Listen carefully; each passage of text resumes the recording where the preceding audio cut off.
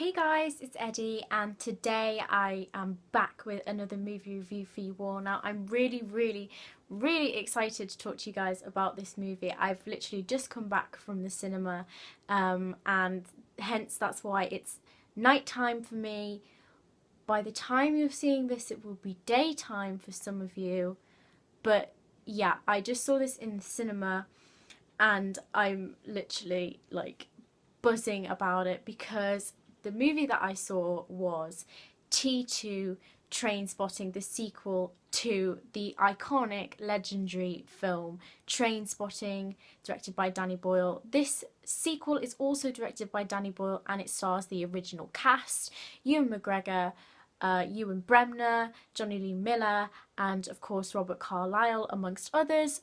We see some new faces in this film as well as the classic staple original cast. And I was absolutely, I was insane about going to see this movie because I loved the original film. It's one of my mum's favourite films actually, so she was even more thrilled about it than I was. But I came back and I know I'm on my bedroom floor filming this. It's perhaps not the best place to do a video, but I just wanted to get this video done and recorded for you guys so that the ideas that I had about this film and my thoughts about it were sort of fresh and new, and I could sort of talk about it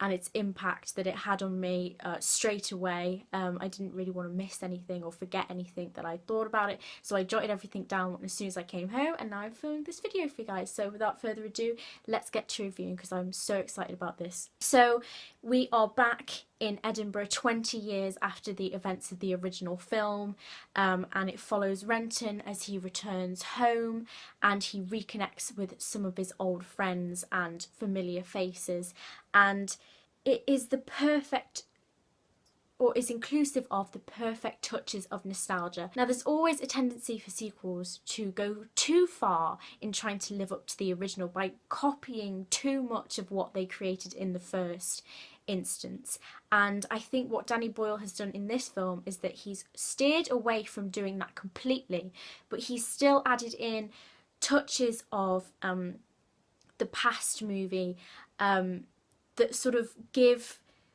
a little bit of, a little bit of something for the fans, or, people who watched it when it came out in 1996 originally. Obviously, I wasn't one of them, but my mum was, and she said that the little touches that Danny Boyle gave to us in the film, shots of the old film sort of paralleled with this new one, very cleverly done, very beautifully done, sort of reminiscent of the characters that we sort of came to be endeared towards and to fall in love with 20 years previously. And I also think that while,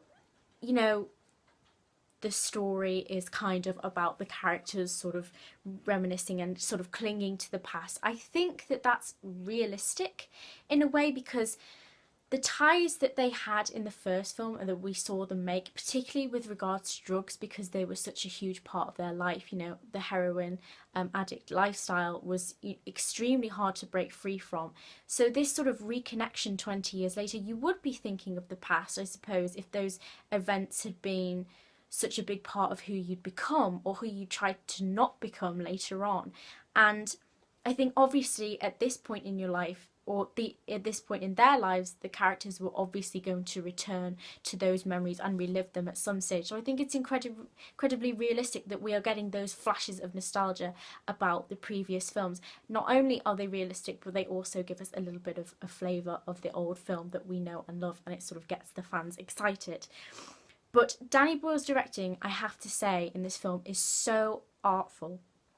It was a visual masterpiece and a treat for both the brain and the eye, because the intersplicing that he did of videos of sort of modern culture added in between, shots of our favourite characters, Renton, Sick Boy, Begbie, Spud, the way he sort of interspliced just generic videos, sort of put us in touch with the real world and put this story in touch with the real world, and it sort of added to that whole theme of choose life and that sort of generic sort of worldly trend that's going on. It put our characters in the midst of it, and I thought that was really clever. So these quick flashes of sort of shop camera CCTV recordings and, you know, just random things like that were just, I thought, so cleverly done, and just, yeah, really sort of put our characters amongst it all. And I think about the characters, it was so fascinating to catch up with them. It was like old friends that you hadn't seen in 20 years. And what was brilliant is that the actors were so skillful, because these characters that we love haven't lost their defining qualities in this film. And I think that just shows the excellent work from the actors, who obviously know these characters so well. Obviously, we have new additions in this movie, but I think the real focus, of course, is the quartet that we have, who are just absolutely phenomenal, each in their own right. And it's just sort of, you know, each character, this sort of lovable, sort of innocent Spud. We've got the sort of, I don't know what to call Sick Boy, actually. I think he's just kind of a bit fickle, a bit bitter, especially in this film.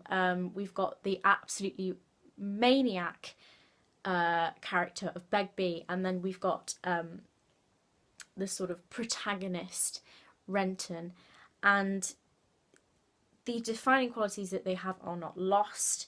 And I think they are so incredibly natural. I think this film wasn't perhaps as raw as the original film. I think there is that sort of more arty sort of quality to it, and it perhaps doesn't feel as down to earth as the first film, but that doesn't mean that the actors' portrayals aren't down to earth. I think they're incredibly real, and I think they're incredibly natural. I think they're incredibly wonderful.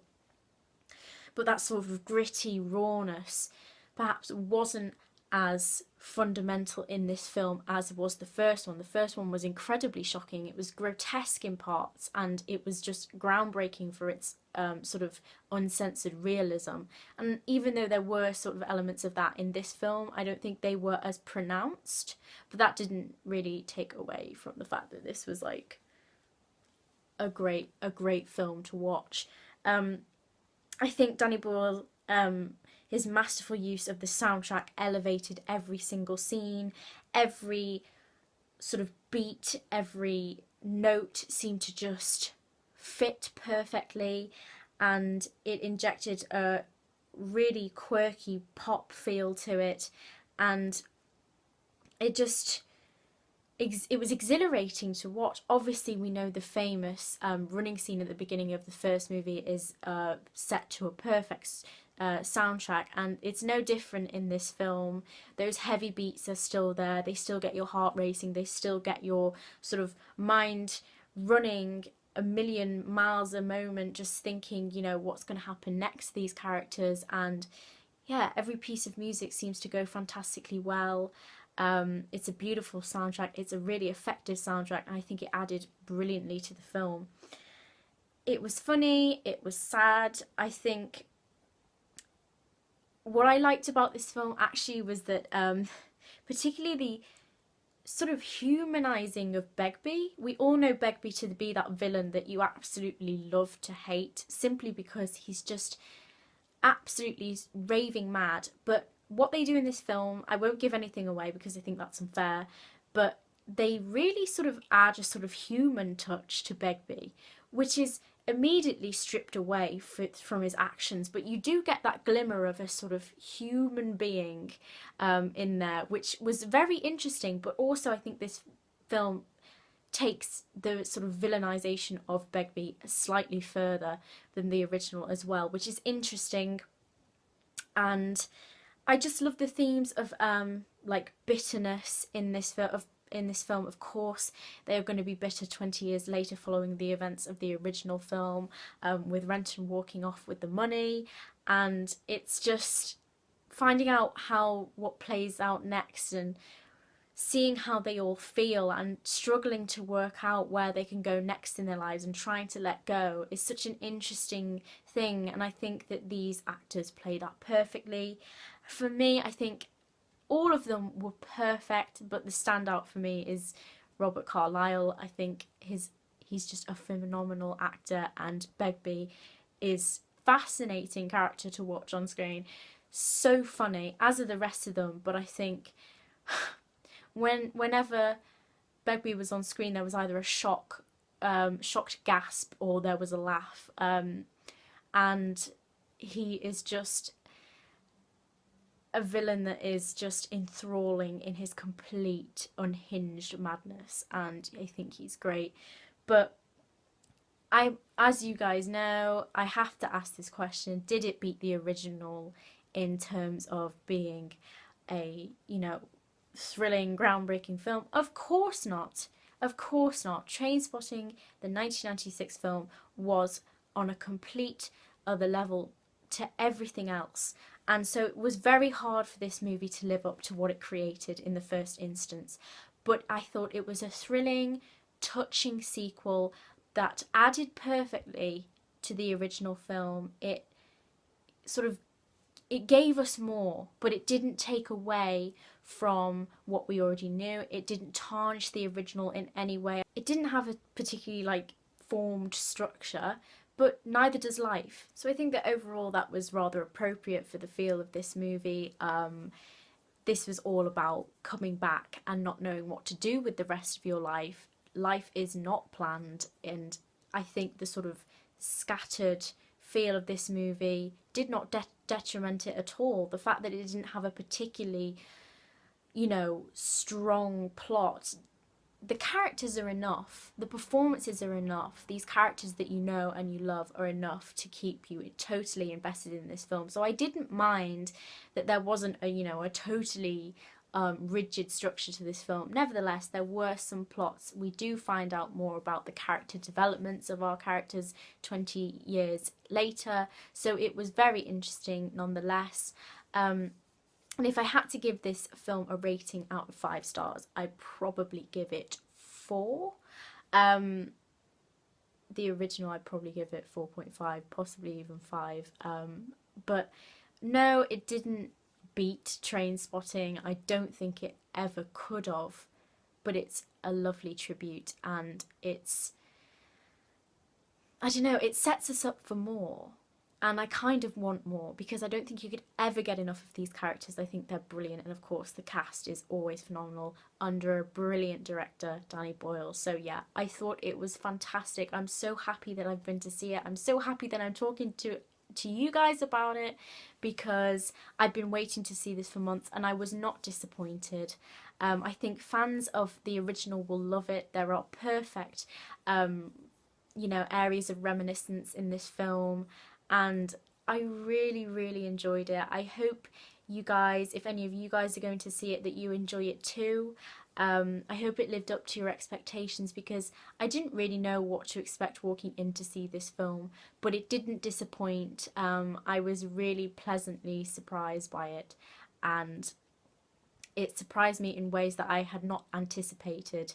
So yeah, that is my take on T2 Trainspotting. I hope you guys have enjoyed this video. Remember, you can always request movies for me to review on my channel by messaging my Tumblr account. Link is always in the description, or you can just comment below on this video and I will do my very best for you. But I hope you guys have enjoyed this video, and I'll see you in the next one. Bye!